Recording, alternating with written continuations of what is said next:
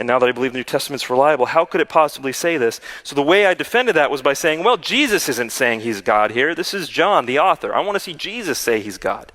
Then as you go through the Gospel of John, you see things that Jesus says, like in John chapter 8, verse 58.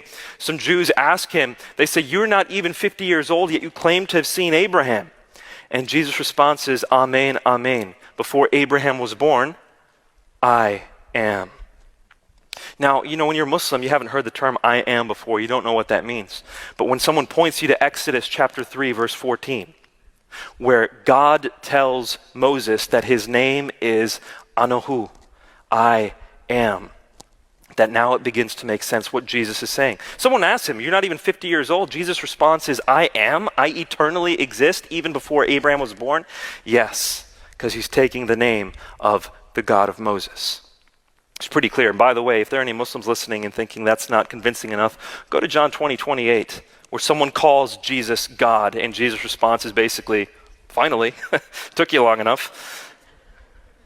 So then my response to that was, well, forget the Gospel of John. It was written too late. That's not reliable. I want to go to the first gospel. I want to see where it was written early on. Did Jesus claim to be God?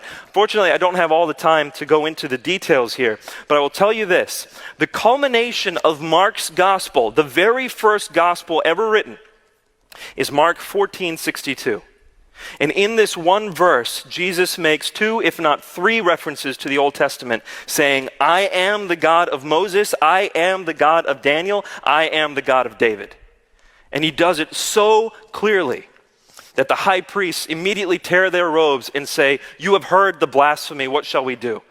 And that's the reason why they decided to crucify him. And they would have been right to crucify him if he were God. So Jesus claims to be God. Now imagine what this is doing to my mind, because I as a Muslim have now come to the conclusion that the New Testament is reliable, and in that New Testament I'm seeing Jesus claim to be God.